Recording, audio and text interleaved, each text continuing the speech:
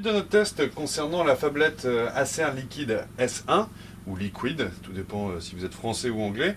Donc là, on va vous parler de tout ce qui est spécifications techniques. Alors déjà, on est, comme je vous le disais, sur un écran de 5,7 pouces, donc c'est à peu près la même dimension que le nouveau Galaxy Note 3 récemment sorti de chez Samsung. Ensuite, donc, ce qui est très intéressant sur cette phablette, c'est qu'on a un processeur quad-core qui est cadencé à 1,5 GHz. Et on peut le remarquer, ça va quand même assez rapidement, il n'y a pas du tout de latence. C'est vraiment pas mal de ce côté-là. En termes de RAM, on n'a que 1 Go de RAM. Bon, pour être honnête, moi j'ai pas senti une grande différence en termes d'utilisation. Franchement, c'est pas non plus complètement pénalisant, même si la plupart des constructeurs proposent dorénavant 2 Go de RAM sur ce type de produit. Ensuite, alors on a un Android 4.2.2 Jelly Bean qui est installé. Donc une version d'Android très stable. Il y a une petite surcouche qui a été rajoutée de la part de Acer. Donc vous voyez, les icônes sont un petit peu différentes en termes d'affichage. Et on a quelques petits ajouts d'applications propres à Acer. Ce qui n'est pas pour déplaire pour le coup. Autrement, donc une des caractéristiques vraiment de ce produit, c'est, et je vais vous l'ouvrir pour vous faire voir. Alors je vais déjà l'ouvrir comme ceci. Donc l'ouverture se fait juste là. Et ce qui est très intéressant avec cette phablette, c'est que si vous voyez là, il y a deux emplacements parce qu'il est dual SIM. Donc on a possibilité de mettre deux cartes SIM.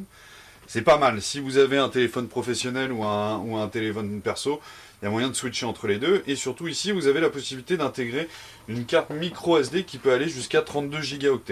Bien évidemment, c'est une phablette qui tourne, qui a comme réseau, donc on a du Wi-Fi, du Bluetooth en 4.0. Et également, on a un module 3G pour pouvoir communiquer sur Internet. Donc ça là-dessus, c'est assez classique sur ce genre d'appareil. En termes de poids, donc c'est une phablette qui fait 195 grammes. Ça va, c'est assez léger, c'est assez facile à prendre en main et ça pénalise pas trop en termes d'utilisation. Et autrement, en termes de dimension, vraiment, donc on est sur une largeur, donc l'épaisseur qui fait 8,3 mm. Pour une hauteur de 163 mm et une largeur de 83 mm. Et je me suis planté ici, c'est pas 8,3, c'est 9,5 mm d'épaisseur. Donc vous voyez, c'est assez fin, c'est assez pratique à prendre en main. Et c'est pas trop lourd, donc c'est plutôt des dimensions assez idéales hein, pour un produit de la sorte. En termes de mémoire intégrée, donc on a 8 Go de mémoire interne. Et pour finir, juste petite allusion sur les appareils photo qui sont présents. Donc là on a un appareil photo classique de 1,3 mégapixels. Et si je retourne là au dos, donc on a un appareil photo de 8 mégapixels avec un flash autofocus.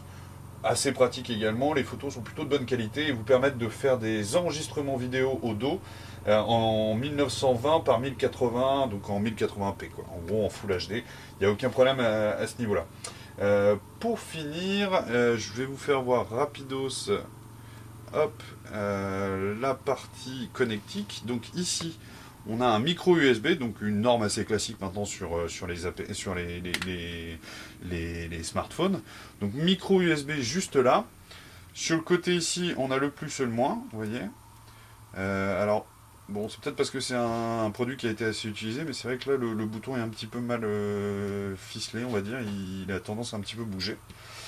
Juste là, on a le jack 3,5 mm qui est au-dessus. Et juste ici, vous avez le bouton Power On-Off qui est ici. Donc voilà, et comme je vous disais, ici, vous avez le capteur. Le son, alors on fera un petit focus là-dessus, le son est vraiment d'une excellente qualité. Ça utilise la technologie DTS et ça vous fait un son un peu spatial qui est vraiment très agréable également. Donc voilà, donc c'était à peu près tout concernant les spécifications techniques de la Acer Liquid S1.